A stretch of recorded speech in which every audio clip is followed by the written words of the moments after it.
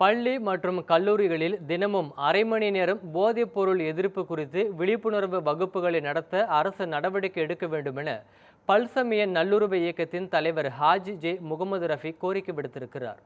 80வது சுதந்திர தினத்தை முன்னிட்டு கோவையில் தமிழ்நாடு பல்சமய நல்லுறவு இயக்கம் சார்பில் போதைப் பொருள் எதிர்ப்பு மற்றும் பெண்கள் பாதுகாப்பை வலியுறுத்தி அமைதி பேரணி நடைபெற்றது.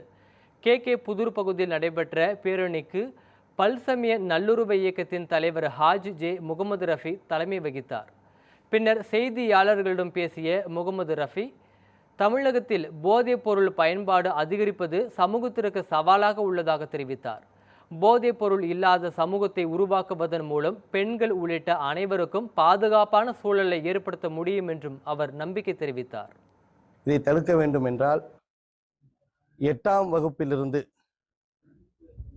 பள்ளிக்கூடங்களிலிருந்து காலேஜ் வரைக்கும் தினந்தோறும் ஒரு அரை மணி நேரம் ஒரு கிளாஸ் எடுத்து அந்த மாணவர்களிடத்திலே போதையினால் ஏற்படும் தீங்குகளை எல்லாம் பற்றி அவங்ககிட்ட எடுத்து சொல்ல வேண்டும் என்று இந்த நேரத்தில் தமிழக அரசை கேட்டுக்கொள்கிறேன்.